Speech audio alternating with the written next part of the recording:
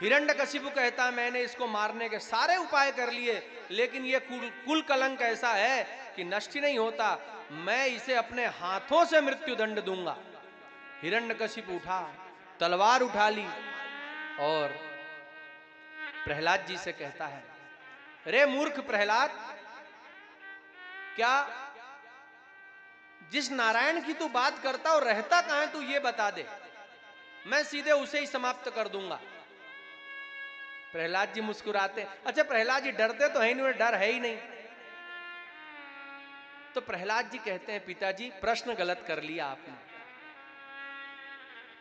प्रश्न ये होना था कि मेरे भगवान नारायण कहां नहीं रहते, तो मैं बता देता कुछ एक आध जगह। आपने पूछा कहां रहते हैं, वो तो सर्वत्र व्याप्त हैं, सर्वव्यापी हैं, अणु अणु में, मतलब छोटे छोटे कण में भी रहने कारण उनका नाम विष्णु है, प्रत्येक अणु में समाये हैं।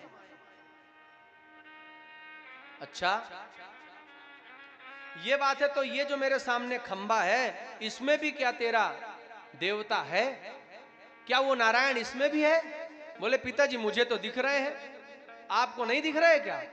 अच्छा तो इस खंभे में भी है नारायण, तो फिर मैं आज उसे समाप्त ही कर दूंगा, इस खंभे के साथ तेरे भगवान का भी विनाश कर दूंगा।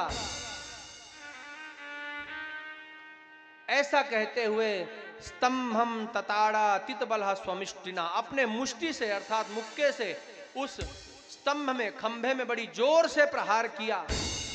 और उसी समय क्या हुआ, बड़ी जोर से गर्जना हुआ, गगड़ी गड़गड़ान्यो खंभ फाट्यो चरचराए, गड़गड़ाहट हुई, बड़े जोर की गर्जना हुई, वह स्तंभ फट गया और उस स्तंभ से अमित तेज प्रकट हुआ। सबकी आंखें चौंधिया गईं कि कौन प्रकट हुआ, कोई देख नहीं पाया। और उसी समय भगवान नरसिंह ने उस हिरण्यकशिपु को अपने हाथ में ऐसे उठा लिया जैसे गरुड़ जी कोई छोटे सांप के बच्चे को अपने पंजे में या चोंच में दबा ले। हाथ में उठा करके उस महल की देहरी पर ले गए और अपनी गोद में बैठा लिया। भगवान का बड़ा विशाल स्वरूप था, ऊपर का भाग सिंह जैसा और नीचे का भाग मनुष्यों जैसा था। सिर सिंह जैसा था, बाकी शरीर मनुष्यों जैसा था। इसलिए भक्तजनों ने भगवान के उस रूप को नरसिंह नाम दिया। बोले नरसिंह भगवान की जय हो। उन नरसिंह भगवान ने उस हिरण्यकशिप को कैसे उठाया, जैसे कोई गरुड़ जी छोटे सपोले को उठा लें, गोद में बैठाया और कोई बात नहीं की, अपने नख से उसकी छाती चीरने लगे। तो हिरण्यकशिपु घबराया, उसने कहा हे ब्रह्मदेव, क्या आपका शाप असत्य, आपका वरदान आज शाप में बदल जाएगा?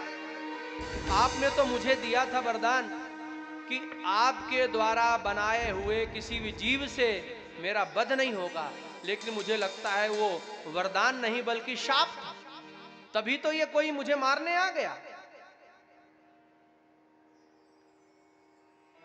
आपने वरदान दिया था कि न जल में न थल में न 12 महीने में से किसी महीने में मृत्यु होगी। समय तो चल ही रहा है, 12 महीने में से ही तो कोई महीना है।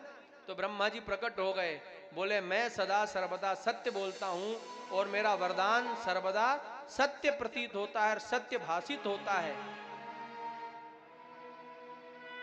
उसमें एक शब्द भी मिथ्या नहीं है। ये भगवान नरसिंह मेरे पुत्र नहीं है, ना ही मेरे द्वारा बनाए, बल्कि मेरे पिता हैं, क्योंकि मैं भगवान नारायण का पुत्र हूं। इसलिए मेरी बनाई हुई सृष्टि में ये नहीं आते, बल्कि इनकी बनाई हुई सृष्टि में मैं आता हूं। ये कई ब्रह्मा का प्रतिपल सृजन कर सकते हैं। दूसरी बात, 12 महीने की जो बात है, तो भगवान ने एक नया महीना बना दिया है, क्योंकि भगवान सब कुछ नया बना सकते हैं। ये नया महीना पुरुषोत्तम मास, अधिक मास, 13वां महीना बना दिया भगवान ने। ये आता है ना, पिछले वर्ष अधिक मास आया था, और ना अभी दिन है, ना रात है, ना जल है, ना थल है। भगवान अपनी गोद में बैठाकर तुम्हारा वध कर रहे हैं, और किसी अस्त्र शस्त्र से नहीं, बल्कि अपने नखून से, नख से तुम्हारी छाती विदीर्ण करेंगे, चीर देंगे। ब्रह्मा जी इतना कहकर के अंतर्धान हुए तुरंत ही भगवान ने अपने नख से उसकी छाती को चीर दिया। उस हिरण्यकशिपु के हृदय से एक ज्योत निकली, एक दिव्य तेज, एक प्रकाश निकला, भगवान के मुख में समाहित हो गया। क्योंकि था तो ये पूर्व जन्म भगवान का भक्त, जय और विजय ही तो हिरण्यकशिप हिरण्याक्ष बने थे। भगवान ने उसके उद्धार के लिए ही तो ये नरसिंह अवतार लिया है।